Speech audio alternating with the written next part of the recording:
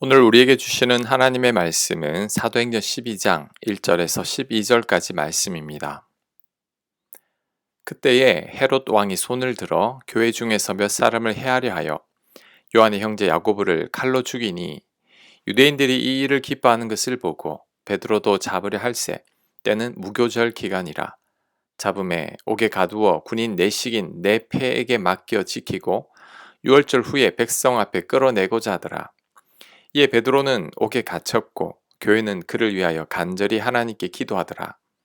헤롯이 잡아내려고 하는 그 전날 밤에 베드로가 두 군인 틈에서 두 쇠사슬에 매여 누워 자는데 파수꾼들이 문 밖에서 옥을 지키더니 호련히 주의 사자가 나타나매 옥중에 광채가 빛나며 또 베드로의 옆구리를 쳐 깨워 이르되 급히 일어나라 하니 쇠사슬이 그 손에서 벗어지더라. 천사가 이르되 띠를 띠고 신을 신으라 하거늘 베드로가 그대로 하니 천사가 또 이르되 겉옷을 입고 따라오라 한데 베드로가 나와서 따라갈새 천사가 하는 것이 생시인 줄 알지 못하고 환상을 보는가 아니라 이에 첫째와 둘째 파수를 지나 시내로 통한 쇠문에 이르니 문이 저절로 열리는지라 나와서 한 거리를 지나매 천사가 곧 떠나더라. 이에 베드로가 정신이 들어 이르되 내가 이제야 참으로 주께서 그의 천사를 보내어 나를 헤롯의 손과 유대 백성의 모든 기대에서 벗어나게 하신 줄 알겠노라 하여 깨닫고 마가라는 요한의 어머니 마리아의 집에 가니 여러 사람이 거기에 모여 기도하고 있더라. 아멘. 스데반이 순교한 후에 야고보 사도도 순교했습니다. 이 야고보는 제자 요한의 형 야고보이고 예수님의 수제자 3명 중 한 명입니다. 그런데 헤롯 왕이 유대인들의 마음을 얻기 위해 야고보를 죽인 것입니다. 빌라도가 백성들의 마음을 얻기 위해 무고한 예수님을 죽음의 자리에 내준 것처럼 헤롯 왕은 야고보를 죽인 것입니다. 그리고 이참에 백성들의 마음을 더 얻기 위해 베드로까지 죽이려고 하고 있습니다. 스데반과 야고보는 억울한 죽음을 당했고 베드로마저 죽을 위기에 처해 있습니다. 세상과 마귀는 그리스도인들을 가만히 두지 않습니다. 어떻게 해서든지 우리를 넘어뜨리려 하는 것이 바로 세상이고 마귀이죠. 그래서 베드로는 믿음에 굳게 서서 마귀를 대적하라고 말씀했습니다. 베드로전서 5장 8절입니다. 근신하라 깨어라 너희 대적 마귀가 우는 사자같이 두루다니며 삼킬 자를 찾나니 너희는 믿음을 굳건하게 하여 그를 대적하라. 이는 세상에 있는 너희 형제들도 동일한 고난을 당하는 줄을 알미라. 아멘. 베드로는 대적 마귀가 우리를 삼키기 위해 우는 사자같이 두루 다닌다고 경고합니다. 그래서 많은 형제들이 고난을 당했다고 합니다. 그러니 우리들은 근신하여 깨어 있어야 합니다. 믿음에 굳게 서서 마귀를 대적해야 합니다. 그렇지 않으면 언제 당할지 모릅니다. 스데반과 사도 야고보가 당했다면 우리들도 당할 수 있습니다. 그러니 우리들은 조심해야 합니다. 이런 고난이 지금도 있습니다. 초대교회 때만 이런 고난이 있는 게 아니라 지금도 우리에게 많은 고난이 있음을 알아야 합니다. 그래서 베드로는 너희 형제들도 동일한 고난을 당하는 줄을 알미라라고 말씀하신 거죠. 게다가 하나님 뜻대로 살려고 하면 이런 고난들이 더 많습니다. 대적 마귀가 우리를 가만히 두지 않으려고 하기 때문이죠. 특히 새로운 교회가 세워지거나 교회가 건축을 하거나 담임 목사님이 바뀔 때 마귀의 역사가 많습니다. 영적인 전쟁이 벌어집니다. 마귀는 하나님 나라가 확장되는 것을 원치 않기 때문입니다. 그러니 교회는 더 근신하고 깨어 있어야 합니다. 그렇다면 이런 마귀를 대적하기 위해서는 우리는 어떻게 해야 할까요? 기도해야 합니다. 모두가 한 마음이 되어 합심으로 기도해야 합니다. 야고보 순교 후에 베드로도 순교할 위기에 처하자 교회는 간절히 기도했습니다. 5절을 보면 베드로는 옥에 갇혔고 교회는 베드로를 위하여 간절히 기도했다고 말씀하고 있습니다. 야고보고 죽자. 베드로도 또 죽을까봐 교회가 베드로를 위해 정말 간절하게 기도한 것입니다. 12절에도 풀려난 베드로가 마가의 집으로 갔을 때 여러 사람들이 모여서 기도하고 있었다고 합니다. 베드로가 풀려나서 마가의 집으로 갈 때까지 많은 사람들이 여전히 모여서 기도한 것입니다. 이 기도의 힘으로 베드로가 살아난 거죠. 그렇다면 우리들도 기도해야 합니다. 베드로를 위해 교회가 기도했던 것처럼 우리 또한 기도해야 합니다. 마귀를 대적하기 위한 가장 좋은 방법이 기도입니다.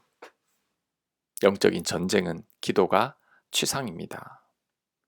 그래서 바울은 에베소 교회를 향해 영적인 전쟁을 위해 전신갑주를 취할 것을 말씀하신 후에 항상 기도할 것을 강조했습니다. 에베소서 6장 18절입니다. 모든 기도와 간구를 하되 항상 성령 안에서 기도하고 이를 위하여 깨어 구하기를 항상 힘쓰며 여러 성도를 위하여 구하라. 바울은 모든 기도를 다 동원하라고 합니다. 중보기도, 금식기도, 작정기도, 철야기도를 하면서 성령 안에서 기도하라고 합니다. 기도에 깨어있고 다른 성도님들을 위해서도 기도하라고 강조합니다. 영적인 전쟁에 기도만한 것이 없기 때문입니다. 그러니 우리는 기도해야 합니다. 교회를 위해서도 간절히 기도해야 합니다.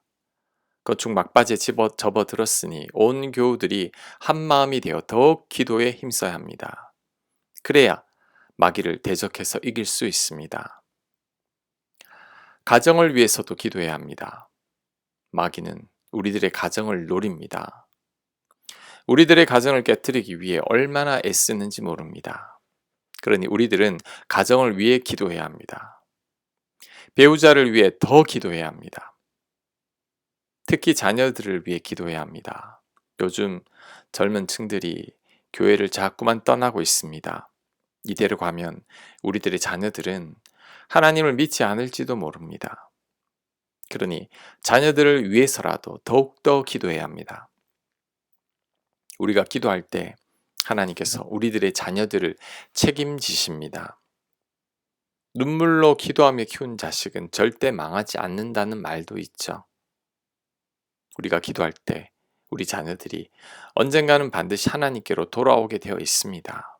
그러니 우리들은 자녀들을 위해 더 기도해야 합니다. 그리고 우리 자신을 위해서도 기도해야 합니다. 더운 여름은 게으르고 나태하기 쉽습니다. 7월, 8월은 영적으로 무뎌지기 쉬운 계절이어서 기도하기가 쉽지 않습니다. 소중한 시간을 허비하고 자꾸만 기도를 미루게 됩니다. 그러니 우리는 이때 결심하고 기도해야 합니다. 저도 1년간 기도가 제일 안 되는 때를 돌아보면 항상 더운 여름철이었습니다. 여름이 영적으로 가장 취약한 계절입니다. 사무엘처럼 기도하기를 쉬게 됩니다. 그러니 더 기도하기를 애써야 합니다. 이를 위해 작정하며 기도해야 합니다. 기도 제목을 적어서 기도하고 금식하며 기도해야 합니다. 기도에 깨어있기 위해 필사의 노력을 해야 합니다. 억지로라도 기도의 자리로 나아가야 합니다. 그럴 때 하나님께서 우리를 위해서 일하십니다. 하지만 우리가 기도하지 않을 때 내가 다 감당해야 합니다.